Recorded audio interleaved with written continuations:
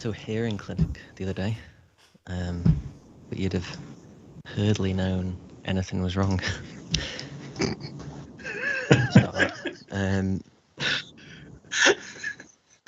So, have you ever noticed that you know, sometimes you see people and they look so miserable, and you just think, Jesus.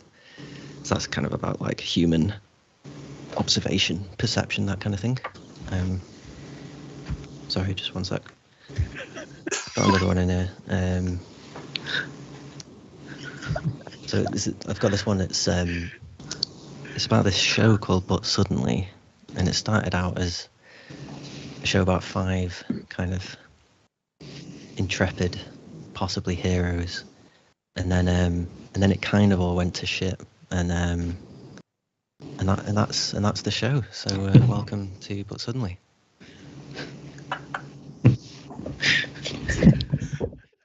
It's beautiful. Super.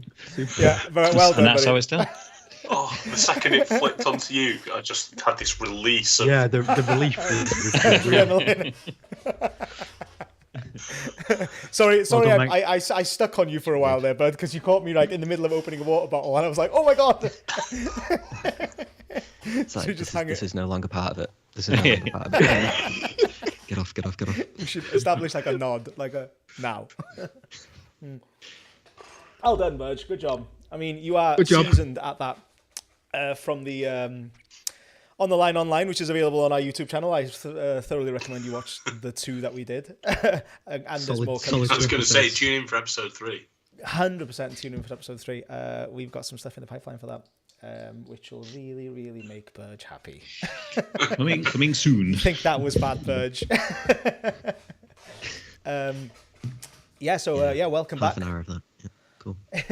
Welcome. Absolutely. So, who wants to do the recap? I was, as you know, I've been tirelessly working in the background to make the whole recap thing easier for us, because I just thought, it's gotten a bit like convoluted and the story's gone a bit complicated. So I thought, like a visual element would really, really help to sort of like really like pin down where we are in the story. So I've done that, and I made this, which is just a really easy to read sort of like, just really, like, honestly, like you can like quick glance at it and you can really figure out where we're at. We start off here, and we just trail along normally until things, and then around here, I think this is where we ended episode 2. So that's where episode 2 is, which is nice, and then it goes everywhere, and then we stopped it at season 2. Really, sort of distilled it down to its core elements. Yeah, it's like trying to find your way around a hospital. It really is with the coloured lines. Absolutely, it is, and it's Fucking yes. and it's just super easy. Here it is, just a bit like on the outside. We're about here now. This is that arrow here is where we're going to be now, and don't think it bears any more explanation. It's as simple as that, really. It's impressive both in terms of the actual content and your dedication to avoiding doing any work during the day, which I'm a big fan of. 100%. 100%. 100%. That took a lot longer than I realised, and then like a few of my co-workers caught me doing it and asked what I was doing, and I said it was a flowchart for work. What that possibly be a flowchart for? I think the employees at where I work was really terrified about what I think they were like anticipating the world's worst PowerPoint presentation from me. So they should feel Mate, trying to explain that would be. Yeah. So guys, I reckon I found a way for us to be a bit more efficient. It's a really simple guide that just follows this easy to see flowchart. They're shit themselves. Pretend the machines at work, each one is a different timeline. The stories in the story are their own universes. It's really quite simple if you break it down. Yeah. If you think about it, it's a lot like HR. Yeah. So welcome back. Last time we have sort of had a bit of a reset, and that has steadily bled back to being like having a lot of the characters from season 1. I think the main new people that we've introduced is Obba Bobolosh and Kit Caboodle, who is a narrator and a world destroyer. They have been tasked with going to Earth. And a cat, yeah, one of them's a cat, one of them's an insect, who was terrifying in Burge's episode. I mean, me and Adam are like of the opinion that, like, you know, like, oh, blah, blah, blah, she's chill, and then Burge like made him absolutely like immense. So I've sort of taken notes of both of them for that one. And Adam stepped into the plate. Well, yeah, he's a world devourer. There's been so many strange characters that we've come across. By when we finish, we should do like a but suddenly awards ceremony. If I had to say that, never. My favourite character probably would be Test Subject T. Oh, Test Subject! I literally like Test Subject T is one of my favourites as well. I really like Ardius and Skimp. I think they're still my favourite twosome, only because Luke and Adam read them so perfectly. It was like C-3PO and R2-D2. If R2-D2 was just like a, I think it was. I've read making that timeline. I've read a lot of the old ones, and I think the first description I ever gave him was Surfer Dumbass, and yeah, I mean, he's been played to perfection since then. So yeah, I do miss them. But I'm guessing I'll be busting that voice out tonight from all this. Yeah. Yeah. And it's like ham-fisted how I introduced them. It's not even like a naturally appearing, and I'm like, no. I'm literally gonna like grab you and place you there because I want you to be there. Yeah. So basically, just try and get back to some sort of like semblance of a recap. All the original characters from the start kind of been scattered on time. Yeah. Is that fair? Yes. And Ardius and Skimp are a couple hundred years apart? I believe so. At this point, you think? I mean, I've done some bullshit, so it doesn't matter. Don't worry about it. Don't worry about it too much. No, I think like the general footnotes are obviously, as you said, the most of the heroes have been like scattered across time, and the Debonair, under the guise of Hassani, took the scepter from Klopp. I named him Klopp. He was originally called the narrator. I ended up calling him Klopp, and so took the scepter from Klopp and entombed Klopp. And then now the Debonair has the power of creation. And we've established that as like kind of like a narration-based power where he narrates what happens in his story. And in response to that, the metaverse characters that I introduced, which was the cat and the insect, have been tasked with destroying the world because the Debonair is primed to destroy it once again. And I think that's where we left it. We've had some random episodes with us in it since then, and all sorts of like jumping through movie stories and stuff, but like, yeah, that's just like the be all and end of it, of where we are, I think. Cool. And, I feel like the original cast has almost become redundant. We've got a new lineup now. I'm looking forward to a return to Yola's level of normalcy. Fingers back to the ground. Yeah, just settle things down a bit. Because I briefly saw the title before, and it's a lot of words for the title. It's a lot of words for a title. Yeah, we're going to struggle with the YouTube thumbnail on that one, Yola. I wouldn't worry about it. There's shenanigans all over here. Like everything that you say, I'm like, yeah, don't worry. Don't ignore that. Okay. But yeah, I really enjoyed writing this one because I did the timeline and I was like steeped in the old school episodes. I kind of wrote this as a love letter to the old episodes. I get that sense that you've kind of you've dug deep on the. I have. I was like, I wanted to sort of was that for script research purposes, or was it just something you were doing anyway? I'm curious, on which you.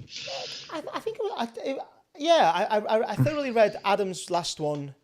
And then that just sort of gave me a taste, and I thought I'm just going to read them all, just like really sort of like touch on where we've been and where we've gone. And then I had the idea of making the timeline, so I just thought I'll see where we went, and just some of the things that you forget about, like the Lizard Queen, the Robot Parliament, which we destroyed through. Yeah, the Robot Thatch. Which, oh god, there was. there was a term that we called the robot ministers, and I can't remember what they were now. Oh, something I can't remember. Cabe bots or something. I think we called them. Which Cabinauts. Cabinauts, yeah. That's what it was. Yeah. And, oh God, I was laughing. Robo Bojo. Robo Bojo, and we destroyed them through the use of riddles. Logic.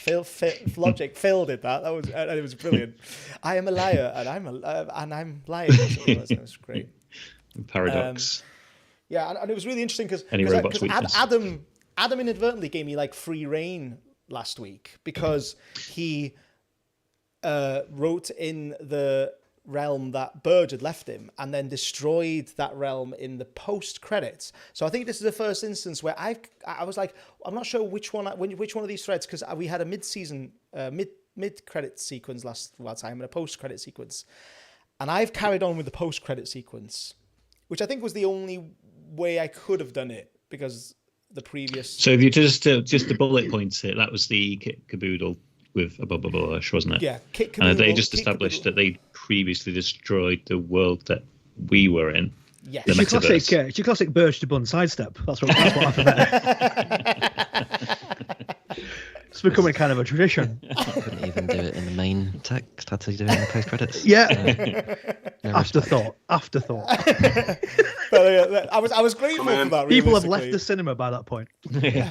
Well, I really need a Luke has left the camera graphic because it's so really irregular. We need a little tune. One. Yeah, like a and it just flashes. Or I'll bring back that bloke that replaced Luke contentiously that one time, and I'll just like play him as soon as he leaves and like try and hide him as soon as he gets back. But yeah, so I've carried on with that. So there's been like realm jumping between like the stories where Ellie has like not Ellie, Kit Caboodle has projected the locations of all the 5 through various stories that are linked to the main line story, and we jumped through them a lot, and then Adam sort of gave me a clean break, which I was really kind of grateful for, because I was like, I could do this realm thing forever, but I was like, no, I'll do my bullshit. So I carried on with that one, which I really enjoyed it. Actually, I had a good time writing this one. As you can see why. I have such how many hours after we finished the last episode did you finish this one? I've done a timeline since. I genuinely think I wrote like the bare bones of this was like done in like 3 days, and then I've edited it heavily since then, because originally it was more like it was. So me going back and reading the old stuff like made me change it a bit, because mine was a bit more serious originally, and then I was like, oh fuck that, like this entire scene is like has no comedic value, I'll get rid of it. So I just got rid of swaths of it and just made like what I thought was like the funnest read essentially. So, edited it down just to the 36 pages. 36, yeah. It doesn't count as 36 because I've fiddled about. There's like lots of like pages that aren't pages. You'll see what I mean in a second. Okay. Like I've not done lots of title genre. cards. Okay. Yeah. I've not done the genre thing again. I've not done that. But maybe we should just get straight into it. So, Luke, do you want to hit me with a noise, please, bud?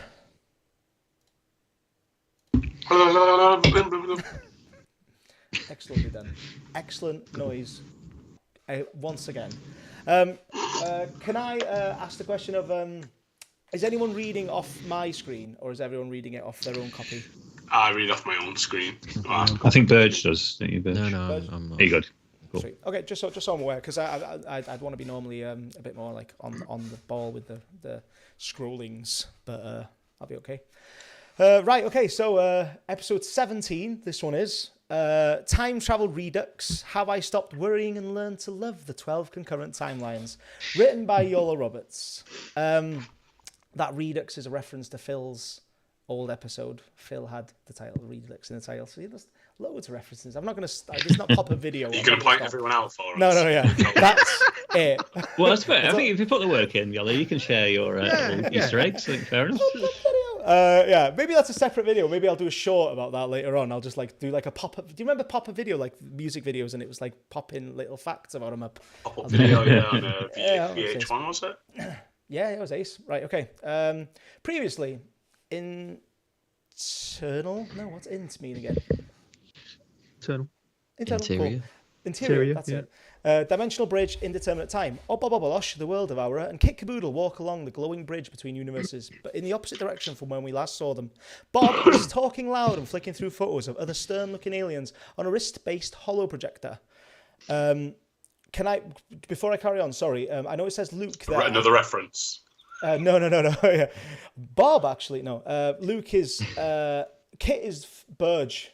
I forgot to change it. Can I think there's a confusion between who Kit is, but Burge played Kit originally, so it was because in my episode I didn't want to give myself too many parts, so I gave it to Luke. Oh, and then I did. Yeah, okay, right. That's my bad. So if I can go back to the original Kit casting, only because I kind of like figured out how many people play, and so ignore that, Luke. That's you, Burge. He's clearly been going. I apologise for the disrespect last time, Burge. As if the post credits. Yeah, I've doubled down there, haven't I? I've written you out of your own scene. Kit the Screekly Speedster Communicator. Cousin Drotek, Cousin Gekrod, Cousin Bildu, Cousin Omboshlam, Cousin Farstuck, Cousin Zintho, and Cousin Kevin. No, he's still going. And those are all of my cousins. 115. That's great, Bob. Now what about... Now we'll move on to second cousins. And would you blink and believe it? There's even more of those. I love Overwatch. Bob presses some buttons and more alien images appear in front of him. Yeah, I'm keeping him distracted. Great work on that decoy, by the way, Kara. Didn't suspect a thing. Just told him it was a navigational glitch. All right, could you go ahead and just delete that meta-universe for me, please? Yeah, all of it. Definitely unnecessary. Nope. No, we won't want to revisit. Great, thanks. You're a star. And that's where we left it last time. Kit stops momentarily in his tracks. Wait, what? Kit's outburst draws the attention of Obobobolosh, who briefly stops listing his second cousins. Second cousin Dash Cluft. Fairly common name. Not sure what you're struggling with. Kit seems affected. Sorry? Oh no, not that. I just been informed that the Debonair has begun to realise the true extent of his newfound power. Debonair? Debonair? Gosh, where have I heard that name? Not one of my cousins, I hope. That would be embarrassing. I remember at a party once, I forgot the name of... He's the guy who's essentially responsible for destroying my civilization in the first place. Self-proclaimed dictator of all time and space. Guy with the powers of creation. Ah, yeah. You did say. Sounds like a right penis. If you don't mind my saying. No, you're right. He is a penis. What did he do? He summoned a floating piranha. God help us. What? A fish. They normally reside in water. The fact he summoned one to float menacingly in the air is troubling. Fish? Water? Never mind. All you need to know is that he's beginning to flex his narrative muscles when it comes to using the powers of creation. So what does that mean? The whole powers of creation thing? I never really understood the whole concept. Were you not briefed? Did you not read the manual? Oh, they gave old Bobby Boy the... He's really embracing dropping that nickname in there. Giving himself a nickname. They gave old Bobby Boy the big book to read, and well, my skills lean far more toward the planet-destroying kind than they do the reading big books kind, I must say. Only got around 14 pages in. Right. Well, Reference! All of us in the Meowtiverse have access to the power of creation, or more appropriately, the power of narration. Our task in life is to narrate stories. Wow! How amazing! It is, yeah. We're tasked with overseeing every story known to existence. And you can see them all around you here, in the creative space. Kit gestures to the empty space around the dimensional bridge. Various celestial bodies that look like stars fill every view, with wisps of energy occasionally flowing amongst them. And what about those ones? The ones that are joined together? Ah, yes. Those are stories that somehow are linked. One story might be a fable in the other, an old wives' tale, a cautionary horror story, or maybe a low-budget sci-fi show with an abundance of fish people. All these stories exist in the creative space, and are linked by their existence in another. Sounds complicated. It is. Some say overly so. Utterly ludicrous and a nightmare to interpret, some may say. And so say all of us. So say all of us. So every one of those stars is a story that you lot narrate. Must have your hands full. We do. We hold the power of narration dear. We try our best to capture the essence of a story and continue it in a way that feels appropriate. Granted, we've had our dissidents in the past. Those that sought to fracture timelines and introduce utterly ludicrous things into a story that felt wholly inappropriate. Sorry. As a whole, we feel we did a good job. And then, well, the debonair. So he has this power then to narrate. He does. He's used it thus far for ludicrous things, willing into existence fancy cars and self-aggrandizing movies. But he's failed to realise that his powers exceed that of his own existence. Oh, I'm afraid you've lost me. Right. Imagine, he has the power of narration. At the moment, he's still following the story we've narrated for him, only deviating from it to mess with his enemies, or will into existence fancy red beamers. But he's still ultimately following our story. He's a bad guy. The five are good guys. Classic hero's journey. Right.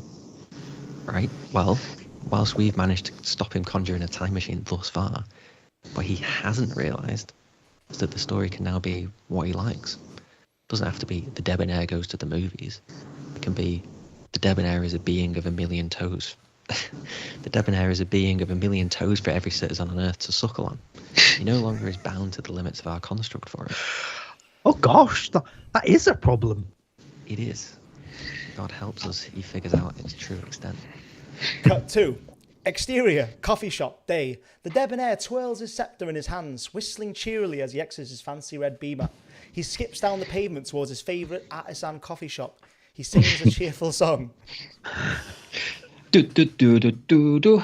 Toffee macchiato. Do do do do do do. Toffee one for me. Hey. Thanks, buddy. They're clapping his hands gleefully. The debonair enters the coffee shop. Cut to interior, coffee shop, day. His glee turns to disappointment when he sees the long line to the front of the shop. The queue spans the length of the wall. Oh, for fuck's sake. Right. You've got one staff member behind the till. Don't It's talk to ludicrous. me, you old fuckbag. Sorry, I got in too early with my interruption there. Don't talk to me, you old fuckbag. I'm a debonair. I don't socialise with peasantry. Away with you. The old man turns back towards the queue despondently. Fucking queues. This is exhausting. If I had my time machine right now, I'd shoot right back to ancient Ethiopia, where the locals would shower me in coffee beans like confetti. God, do I miss time travel.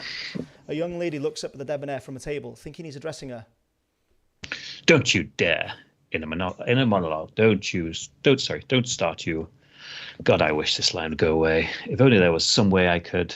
The debonair suddenly realises something. He looks upon his sceptre that's been in his grasp this entire time. Of course, duh. The line for the coffee shop suddenly dissipated as all the customers suddenly realised they had to take a shit. Suddenly, every customer clutches their stomach. They look around in blind panic and bolt towards the door. Excellent. The debonair gleefully strolls to the front of the line. Toffee macchiato, please. The staff member behind the till diligently fetches his beverage and hands it to him. The debonair grabs his drink and sits at the table. Ah, my sweet nectar, my delicious toffee ambrosia. Now here's one thing the Ethiopians couldn't quite beat. The debonair takes a long sip of his drink. He looks around the now empty coffee shop and sadness comes over him. He sighs. Isn't quite what it used to be, though, is it? I used to converse with dictators. Now, I'm spending a solitary evening in a barren coffee shop, having spent my morning making some hackneyed movie about myself that is still somehow infiltrated by that treacherous five. Woe is me. The debonair deserves better than this. This is not how my story should pan out. It should not be the debonair sits at some coffee-stained table monologuing to himself. The story should be... Sorry, just me writing this out. The debonair basks somewhere sunny, Mai Tai in hand. The other thing, sorry? The waves of the beach lap gently on the sand. The debonair sits on a reclined beach chair. The tiny umbrella sat in his Mai Tai jostling in the light, warm breeze of the beach. The debonair surveys his surroundings in confusion. What? But how did I... What was that? It hasn't worked that way before. I thought this thing was only for good cars. Only good for cars. The debonair picks up a handful of sand and lets it fall between his fingers. In the distance, a confused coffee shop worker clutches onto a steaming pot of coffee. Well, this is a game changer. This is a game changer. Let's see what this bad boy can do. Suddenly, a ruggedly handsome man falls to the sand beside the debonair. He slowly gets up and realizes, uh-oh, this can't be good. Who the fuck are you, bearded oaf? Are you one of those beach hobos I've heard about? Well, this is fucked. I had so much timelines planned for this app. This is meant to be my episode. How could this happen? Episode? What do you mean, episode? Nothing. Listen here, you fuck nugget. Tell me what's going on, or I'll shove this Mai Tai so far inside you, you'll be lactating lime juice. Out with it. You really think threats will work on me? I literally just researched what the fuck went into a Mai Tai for that very insult. You've got nothing on me. Oh, I don't, do I? Debonair. As the debonair stands there menacingly, the sun bouncing off his perfectly formed pectoral muscles, the decrepit asshole in front of him suddenly finds himself in a hula skirt. Well, aloha, why don't you tell me what's going on before I make you dance for me, eh? Maybe a little sing-song? Okay. I'm Iolo, a member of Or Something. This is my turn, my episode. I'm the narrator. I dictate its direction. Episode of what, you dickbag? It's But Suddenly, a show. On TV? Almost. It's a streaming show. Well, really now. Do we stream too many? Stream too many? Am I a fan favourite? I bet I'm a fan favourite. Well, yeah, I suppose you are. And we stream to people, sure. How many? Millions? Billions? Dare I say, jillions? Well, some of the others' girlfriends and wives watch on occasion. Girlfriends and wives? That's it? Sometimes family friends. What do you mean they're girlfriends? What about yours? Does she not even watch? We don't need to talk about that.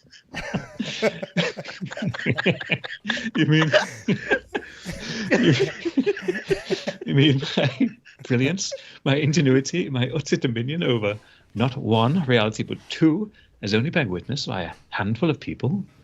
We'll get there. It's a tough industry to break, but we're tenacious and talented. I'm sure we'll... Enough of your excuses. You've squandered me. You lot are clearly drunk at the wheel. This entire thing needs steering in the right direction, and I can only think of one person that's up to the task. Burge? Me, you fool! I need to take the reins. People need to know more about this show's protagonist. The Five? I will cut you. No, me. I'm sure we'd have a huge audience if you just give me my due diligence. It's high time the audience learns more about me. Cue titles. Debonair, 100% accurate origin story by the glorious Debonair.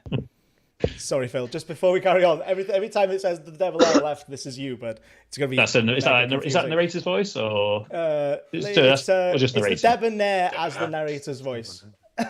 Okay, cool. So Debonair, exterior football field day. The debonair, young as a handsome as ever, stands beside a football field as a young group of orphans score a try.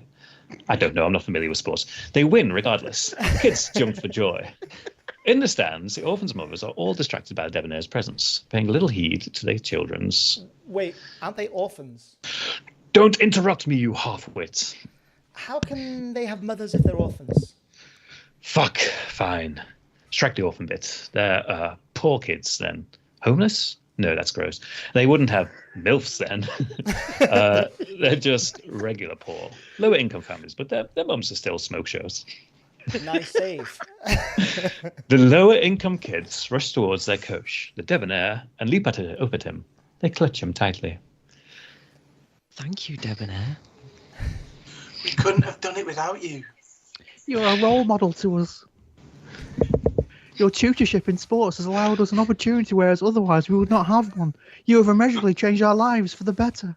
Yeah, that's 100% what a child sounds like. Oh, like you're known for your gritty realism. Point taken. The children's sexy MILFs rush over and join in the celebration. They're enamoured by the debonair. Phil does not feel comfortable saying MILFs. You're so good to my child. Please date me. No, date me. No, me. The Helps desperately hold out business cards with their personal numbers on them, yearning for the debonair to take one. The debonair is swarmed with hands eagerly clutching business cards. I'm sorry, ladies. I'm afraid I'm far too busy for a relationship these days. The mothers all begin wailing. They desperately chuck their numbers towards the debonair in the hopes one will somehow fall within his pocket. The debonair is showered with smoking MILF business cards. Shut up, this is my story. Cut to interior, debonair inventions, day. In a high-rise office atop a tall skyscraper in a bustling city centre, the debonair is busy with one of his many genius inventions. We see the debonair in a finely crafted business suit that perfectly cradles his muscular body. He's turning a screw on a strange-looking invention. One more turn, and there we go. Global warming solved. Give me a break. Entirely plausible. Kathy, come in here. The debonair's hot-ass assistant barges in. You called for me, Mr. Debonair. Feeling it. Where have you been hiding that? Yes, Kathy, thanks. Could you be a darling and call the EPA and let them know I've got the whole global warming thing sorted? Yes, sir. Of course. Thank you so much, Kathy. Anything for you, Mr. Debonair. Kathy bites her bottom lip. She longs for the debonair. Oh, oyster. Oyster. Couldn't be oyster. No! Bill, what have you said? All right, Those Jesus words came out of Christ. your mouth. Phil. There was a definite second of realization when he was saying it. It was great. Phil did not enjoy that. Oh, God. Don't ruin this for me. No. It's a bit much, don't you think? And we try not to get too blue on here. Oh, you don't? My icky sex remark make you feel uncomfortable, did it, old timer? Well, maybe that's why you've got less viewers than I have fingers. All right, calm down. Ever heard of sex cells? I'm doing you a favour here. You'll have so much subscribers once me and Kathy bone. Gross. And no, it's not the oyster thing. I actually didn't mind that. I thank you. It's this whole self-aggrandizing plot line. It's good. Don't get me wrong. It's just, it's missing something. Oh, is it? Yeah. You know what you need? A foil. A foil? Yes. This whole I am great narrative is cool and all, but you need someone to bounce off of. Someone shit who makes you look all the better. Isn't that your role here? Mean? No, I'm just a snarky side character. You need someone whose disadvantages are clear and obvious. Easy enough to be summed up in their name. No. You need... No fucking way. Yes! The debonair's office door opens and in enters Arduous and Skimp. Yay! Debonair, man. How's it hanging, bro? A pleasure to see you once more, Mr. Debonair. Yes, they're back. Whoop-de-fucking-do. Wow, what's this thing, dude? Skimp gestures towards the invention the debonair just completed. It's a global warming stopping machine. Wow, man. That's killer. A truly ingenious invention, Mr. Debonair. I'm sure all the creatures in the Arctic will be grateful. I suppose one could say you've put an ice cap on their problems, sir. Oof. Rethinking it now, are we? Not really. I mean, in the span of a few lines of dialogue, you've already been complimented on your ingenuity and been made to look cool in comparison to the apparent dorkiness of the other. And you've not even had to bolster yourself once. I suppose you're right. Yeah, fuck it. You're in. Awesome. A truly advantageous series of events. It's an honour to be... All right, Arduous, don't push it. Suddenly, an explosion erupts deep in the heart of town. The debonair leaps into action, looking out at the smoke plumes piling from the cityscape. Cut to exterior, city centre, day. Innocent people flee from the heart of the explosion. Coming to view from deep within the smoke plume is a devious snapshot. A villain with a photographic motive. A gigantic, menacing camera dangling from his neck. Lukey Williams.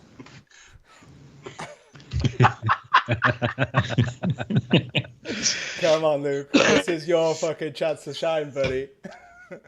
I know it's in there. I can't.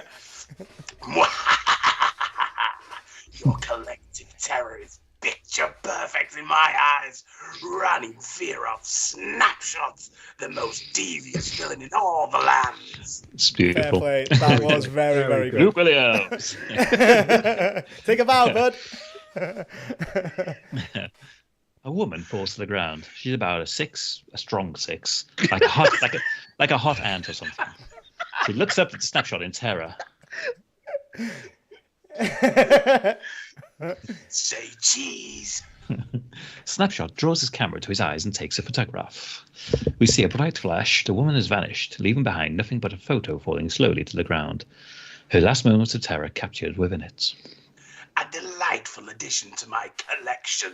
I shall capture this entire city in a state of terror. I shall pin your harrowed visages to my nefarious notice board. Wow. Snapshot, that's an amazing one. Snapshot gleefully dances amongst the panicking crowd, snapping his camera wildly and turning swaths of people into petrified photographs. Cut to interior, Debonair offices, day. The Debonair looks out of the window with an intense rage. Snapshot, it must be. Snapshot? Who's that? One of the most evil villains in this town. Why do they call him Snapshot, man? He was a photographer in his past life. He turned evil and vowed to capture the vile reality of the world. Sick origin story. Right? I thought it was pretty cool too. The Debonair turns to the entrance of his office. Kathy, cancel the afternoon meetings. The Debonair's hot assistant pops her head through the door. Even the Dalai Lama, sir. I'm afraid so, Kathy. Postpone our tutoring session until next week. Yes, sir. And lock the door on your way out, please, Kathy. Of course. Wow. Bunn's doing it as well. Some movement there. Yeah, it's doing something for me. My oyster could be moister. The Debonair squints a squint of pure justice. He looks out towards the cityscape, his city. The city he was born in. The same one he had sworn to protect. The Debonair rips open his white shirt, revealing a tight leotard with the letter D emblazoned on its front. Oh, it's a Superman thing. Got it. Was wondering where we were going with this. Oh man, I love Superman. Excuse me? Thank you. Oh, sorry. Oh man, I love Superman. It is not a Superman thing, despite what I said a moment ago. It is not a Superman thing. It's a Debonair thing. This is my origin story. I just want all the lines. Very original, sir. Shut up, you. So you have superpowers now? From what I remember, you were an entitled shitty who accidentally discovered time travel after robbing Dr. L's invention. Pure propaganda. Fake news. Typical fare you'd feed your collective girlfriends and wives to prevent them from being enamored by a real man. Sure. Anyway, are you done interrupting? This is my big moment, you utter fuck. Yes, silence you. I'm sorry, after you? The Debonair takes off his suit, revealing his superhero costume. A purple and gold suit with a long purple velvet cape. He dons an eye mask and backs up from the window. The Debonair readies himself. He gets down on one knee and places both hands lightly on the fine carpet of his office. The ground begins to reverberate. He looks up with determination before he... You're going to fly out the window, aren't you? Will you fuck off? The Debonair bursts out of the window and flies rapidly out of sight. Happy? Are you happy you ruined that? What about Arduous and Skimp? Fine. Arduous and Skimp remove their little poxy business suits and sit there gormlessly in their little purple sidekick outfits. They leap through the window after the mighty Debonair and fly slowly and shittily behind him. Fuck me. Only 10 pages left, guys, I promise. Cut to exterior, city centre, day. Snapshot continues to torment the crowd when suddenly we hear a loud whooshing sound. Whoosh. Don't do the sound effects, you imbecile. They get it. Sorry, sir. The crowd all look to the sky and cheer. Appearing from nowhere, the Debonair lands with a loud thud in the centre of the fracas. Arduous and Skimp tumble in shortly after them. Snapshot. I'm putting an end to this. Stop at once. Well. If it isn't the debonair, I shall frame your photo and put it pride of place in my studio. Oh, wow. That is so nice. The guy isn't so bad after all. What? No, I meant. He clearly meant in an evil way. Like he's going to turn me into a photo and put me in his evil studio. I mean, it's still somewhat nice if you think about it. The fact he's putting you in the pride of place means you clearly mean more to him than these regular citizens. What? No, stop it. Man's got a point. Wow, man. One day I hope to find a friendship as special as you two. Hello?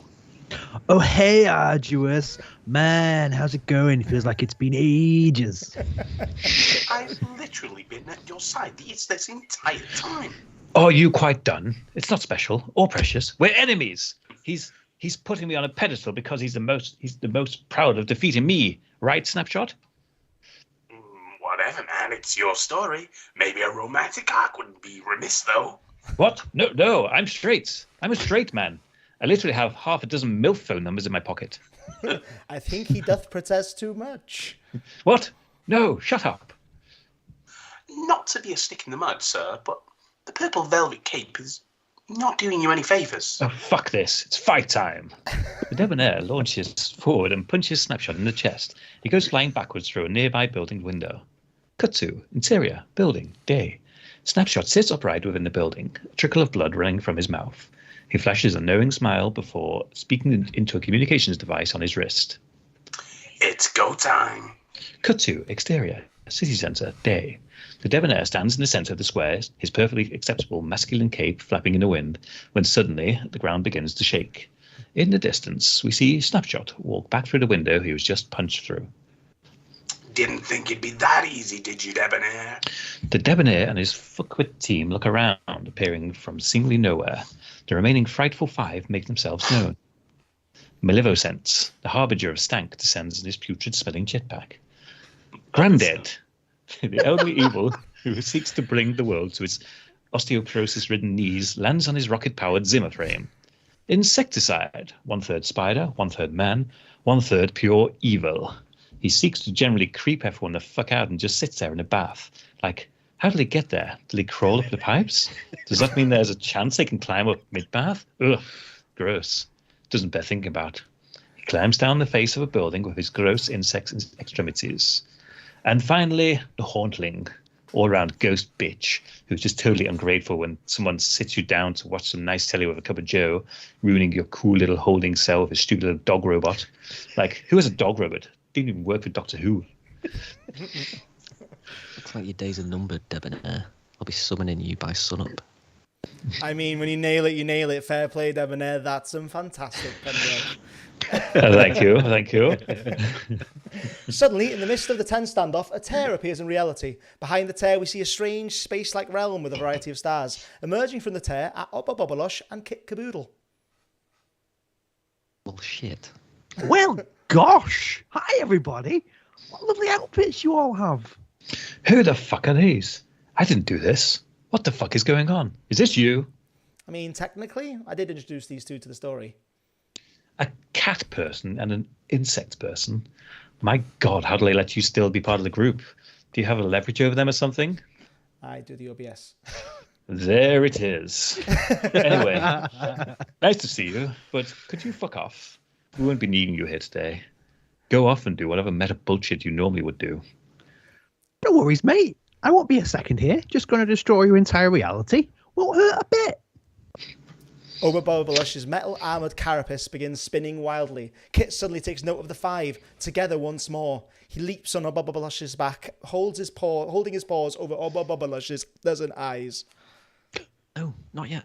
The five. Now. Stop him. Your only hope. Attack the debonair. The frightful five look at one another in confusion. Enough of this! The debonair fetches this trusty banishment lasso from his utility belt. He swings it high above his head. As one fell swoop, he throws it and manages to lasso the entirety of the frightful five. With a tug, they disappear. There. No. Well read. Kit, seeing his 5 banished into nothingness, collapses from above Balosh's back. He falls down to the ground in despair. Now onto you, you ugly insect's prick. Oh, a fight! I love fights. Let's go. Balosh and the Debonair begin battling. Their fists collide with epic thuds. In their confusion, Arduous and Skimp begin fighting amongst each other. Iolo approaches Kit, who lies dejectedly on the ground. What's up, pal? The five were meant to defeat him. It was the prophecy. It's the hero's journey. Circular storytelling. It's how it's meant to be. Without that, I may as well let this realm be destroyed. But you worked so hard on it. I know, but it's ruined. I thought bringing the 5 back could save it, like the prophecy said. The 5 are the only ones who could defeat him. Maybe you were thinking of the wrong 5? The wrong 5? The wrong 5? They were the only 5 in this realm that had the power to stop him. Now, he has the power of creation. You need some seriously powerful people to defeat him now. Omega-level beings. Beings with the power to alter the story, or... Iolo places a kind hand on Kit's furry shoulder. Or something. Iolo stands up confidently. Guys, I'm going to need a hand here. The Debonair and Balosh stop their petty fighting upon hearing Iolo's cry. Suddenly, appearing in front of them, 4 more behemoths appear. Handsome, intelligent guys with jawlines that could cut a loaf of bread.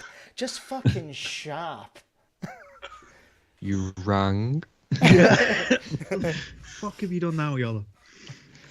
Lukey. Just kidding, you know what I mean? Yola, I've done so much talking this episode. You owe me a cinema date. That's fair. What did you call us down for? I did it again. I think I fucked it up.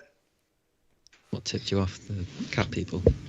Wow, Sorry Birch is snippy. I think it's time. Iolo turns to face the Debonair. This colossal prick is responsible for sidetracking 2 of our stories thus far. Reckon we need to stop him in his tracks. You think you can just stop me? I'm a fan favourite. I'm the glue keeping this entire thing together. You can't stop me. Well, fuck. Let's do this then. The Or Something boys ready up. The Debonair brushes dust off his gay-ass purple velvet cape. Iolo raises his hand in the air and thrusts it in the Debonair's direction. Multiple timeline attack! Appearing from his palm, an alternate version of the Debonair comes out. Gold chain dangling from his neck, matching the golden grill on his mic. Oh, shizzy! Debonair 4 punches the Debonair square in the jaw before disappearing. The Debonair briefly stumbles and wipes a droplet of blood from his mouth. Burge points in the Debonair's direction. Time to get trapped in my web, you greedy fox. A large shadow forms around the Debonair. The Debonair looks up in dread. A gigantic fridge-like man with arms and legs sticking out from his side come collapsing down onto the Debonair. Luke. What's taters, precious? What's taters, eh? Test subject T vanishes, revealing the Debonair flat on the ground, his scepter now in view, sitting in his grasp. He slowly gets up. You think oddball side characters can stop me? I'm the goddamn Debonair. I'm Poo-Poo Head, a silly little Poo-Poo Head. The Debonair looks confused. He looks up at Phil, who smiles and winks. The Debonair begins punching himself in the head, beyond his own control. Stop! I love Snapshot. We're going to move to the ponchos and live the happy life in the cabin together. No, stop. Luke steps forward, the Debonair still punching himself relentlessly. Axial tilt at the ready. High above in the sky, a large spaceship appears, the actual tilt. The spaceship readies its photon cannons before firing 2 shots in the Debonair's direction. The shots collide with him, causing a huge explosion. Luke smiles. Deep within the smouldering crater, smoke billowing up from it, we see the Debonair coughing and spluttering, lying prone in the crater caused by the explosion. He slowly sits himself up. To his side, he notices a young boy sat beside him.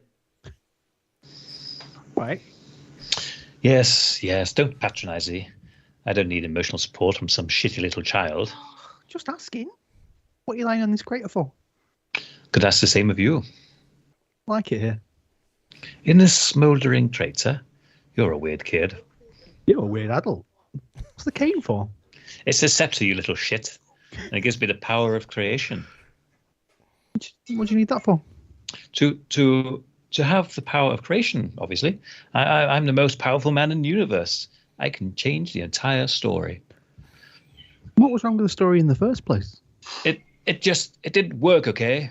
It's hard to explain. You wouldn't understand grown-up stuff.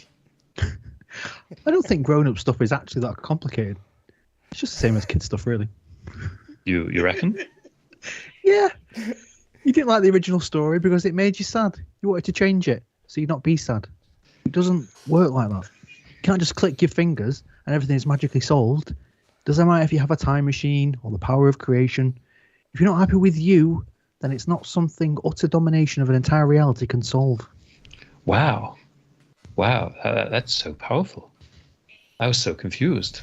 But through the insight of a little child, I've done, hiya! Sorry, hiya! I knew that was going to happen. Hiya. What a full bubble-ish there. I was, hiya! I knew that was going to happen. I was even going to preface it beforehand, going like, "Hey guys, how do you think this is spelled?" Because that's the official spelling of hiya, and I'm like, Phil's going to read that as hiya. I don't know which direction he was going. I thought That was brilliant. Debonair swings his scepter. Hiya! The Debonair swings his scepter at the little boy's head, who disappears into nothing. I fucking knew it. Really, ghost child? The Debonair turns to reveal Adam stood watch at the edge of the crater. Worth a try. Oh well. Suddenly, the world the Debonair had crafted collapses in on itself. Every building, civilian, and object within sight disappears into nothing. Adam closes the life knock device in his hand. The Debonair lies in front of Adam within the blank void. Colin, give up the scepter. No, please. I need it. Adam lifts the Debonair by his lapel. The Debonair briefly tries to fight it, but he ultimately gives up. The scepter falls to the ground by his side. The Debonair begins to weep. Adam drops the Debonair to the ground. Can't help feeling bad for the guy. Really? He's ruined like 2 of your stories. I thought you'd be done with it. I know. Something about him, though. At least we got the scepter. Should we destroy it? Probably for the best. Just let me go. Adam turns to fetch the scepter, but it's gone. Guys? Where's the scepter? We hear a maniacal cackle from the direction of the tear in reality. Obobobolosh clutches the scepter within his grasp. The power of creation, is it? Don't mind if I do. Toodaloo now. Catch you soon, Kit. Bye! Obobobolosh leaps through the tear, sealing it after himself. The Or-Something crew look at one another exasperated. Now him. Should we go after him? Fuck that. I'm already 2 pages over my 30. That's a problem for you lot. You just can't leave the Debonair like this. Not my problem. But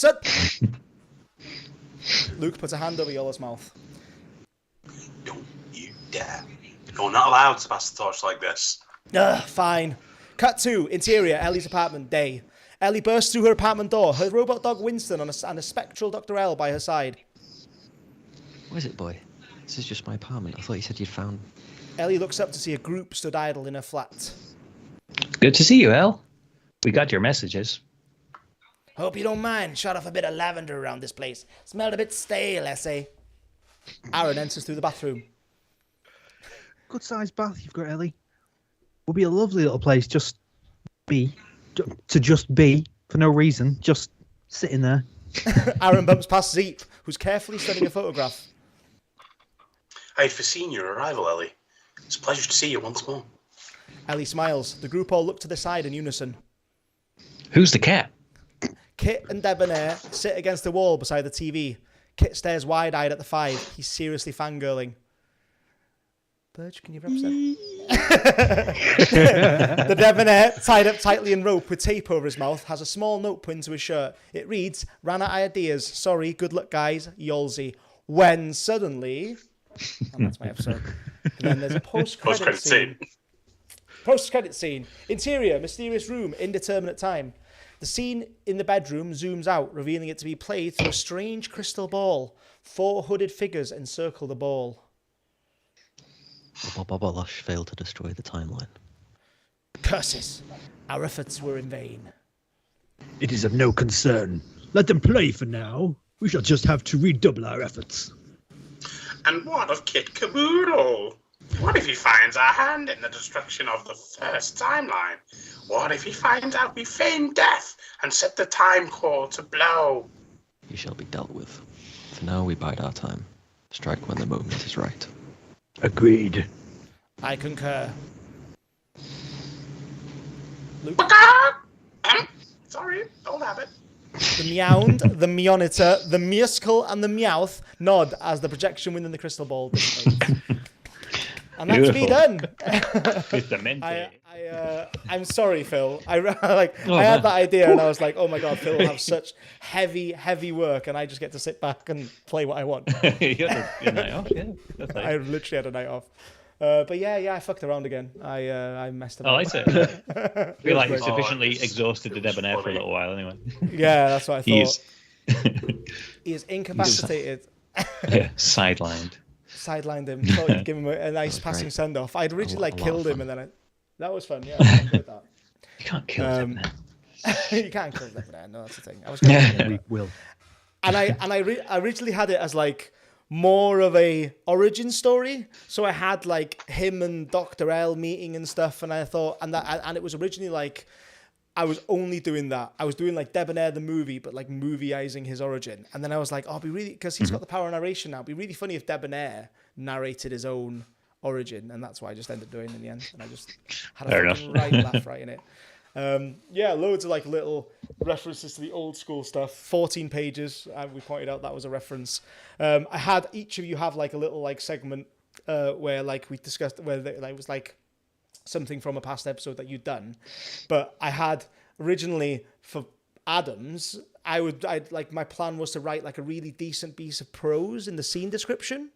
But I wasn't good enough at prose to like do it justice. So then I was like, I'll do Becoming Dad. So that's where the kid thing Bring came in from. another script. Another script cool. that Crossing the audience has the never seen. But yeah, I thought. And then Was there many like shared lines or anything, or was it just the same character? I was trying to figure out. There was a couple of Little- phrases that were pulled from it. Yeah, definitely. I like it here, and kid stuff. Adult stuff is not that much more complicated than kid stuff. That was like the main lines. So yeah, I read Becoming Dad again for that as well, and which is great. It's fantastic. Well, we need to like have a read through of that, like visible somewhere. And yeah, and you refer to him as Colin first because Adam's the actual one that named the Debonair Colin. No, name Colin. Yeah. Colin Good. Yeah, Colin Good, yes indeed. And yeah, I just thought like I'd fuck around again. So I fucked about and essentially like brought us back to how the story carried on, but I've sort of like auto-defeated the Debonair for you guys. So now you have to think of a new thing to go wrong. Or we've got Bob is there as a villain ready to go as needed. A new big fan. yeah, Bobolosh is like a thread that went there. I had the Mind the Monitor, which is the thing. I think a few episodes ago, I mentioned that like the council from the Kit Caboodle episode where I introduced Kit Caboodle. I was like, I had plans for them. So each of their names are like Latin or Spanish translations of like mind, muscle, monitor, which are from like the original things. Which honestly, like they were. Because obviously I'm doing something with the introduction of the Debonair, and I've listened to that little section a lot, and fuck me, is that funny? It's like the entire idea of like Debonair with the entourage is just fucking hilarious. Yeah. So I read it when I was doing mine a couple of weeks ago. It was so good. It's a fantastic intro. Fucking fun. It was so fun. Like I think like we'd made it exclusively for It was really S5. good episode, man. Oh, I'm glad you liked it. I feel like some things fell really flat. good.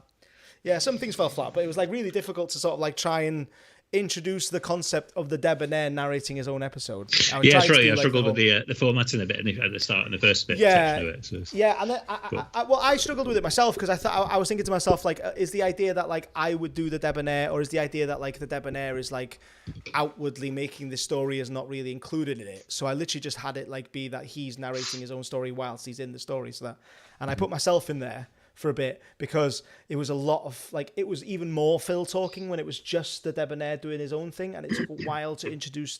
I originally had him like going to university and going to Dr. L's lesson, and it just took fucking forever because literally like and that entire scene was like, this adds nothing. Like I'll just fucking have the Debonair do a self. Apart from the fact you might get a bit of Dr. L, I guess, but yeah, Minus that's true. Dr. L, it was pretty much the greatest hits, wasn't it? Characters. It was, yeah.